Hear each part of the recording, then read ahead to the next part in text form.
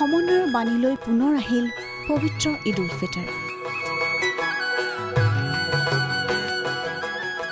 এমাহজোৰা ৰমজানৰ অন্তত ঈদৰ প্ৰস্তুতি। কৰোনাৰ ভয়াৱহতাৰ মাজতেই আহিল পবিত্ৰ ঈদ উল ফিতৰ।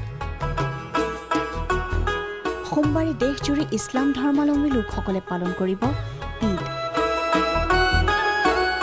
কিন্তু যদিহে শনিবাৰে আকাশত জোন দেখা যায়, তেনে পৰিস্থিতিত দেওবাৰে পালন কৰা হ'ব ঈদ।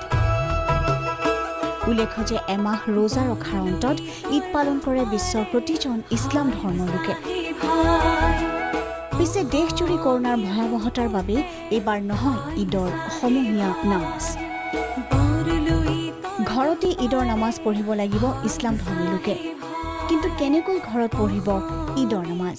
সকলোৱে সুন্দৰভাৱে ঘৰে ঘৰে ইমামতি কৰিব পাৰিব। প্ৰথমতে ঈদৰ নামাজ পঢ়িব কমচে কম 4জন মানুহৰ প্ৰয়োজন।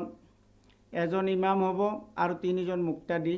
তো ইমামজনে নিয়ত কৰিব যে মই ঈদ উল ফিতৰৰ 2 ৰাকাত ৱাজিব নামাজ অতিৰিক্ত 6 তকবীৰৰ সৈতে ইমামতিৰ নিয়তেৰে পঢ়াৰ নিয়ত কৰিলোঁ, আল্লাহু আকবাৰ কৈ কেনে নিয়ত বান্ধিব।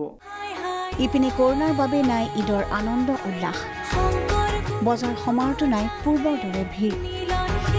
কিন্তু তাৰ মাজতো ধৰ্মীয় নীতি নিয়মেৰে ঈদ পালন কৰিবলৈ সাজু হৈছে ইছলাম ধৰ্মীসকল।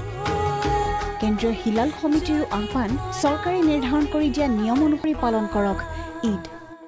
ঈদৰ নামাজ ঈদগাহ ময়দানত হয় যদিও এই বেলিকা লকডাউনৰ ফলত আমি ঈদগাহলৈ নাযাব বুলি আমি সকলোকে অনুৰোধ কৰিলোঁ। মছজিদত গৈও যাতে ঈদৰ নামাজ নপঢ়ে তাৰ কাৰণে অনুৰোধ কৰিলোঁ। ঘৰতেই 3-4জন লগ লাগি ঈদৰ নামাজ পঢ়ক। ঈদৰ নামাজ ৱাজিব আৰু ঈদৰ নামাজৰ যি খুতবা পিছত পঢ়িব এইটো সুন্নত। চুটিকৈ নামাজ পঢ়ি খুতবা পঢ়ি শেষ কৰি নিজৰ আচাৰ নিয়ম নীতিখিনি পালন কৰি আদায় কৰিবলৈ আমি অনুৰোধ জনালোঁ।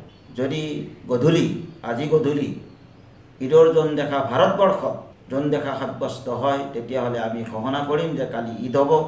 আৰু ভাৰতবৰ্ষত ক'তোই যদি চুকে কোণে জোন দেখা সাব্যস্ত নহয়, তেতিয়াহ'লে আমি সোমবাৰে ঈদৰ ঘোষণা কৰিম।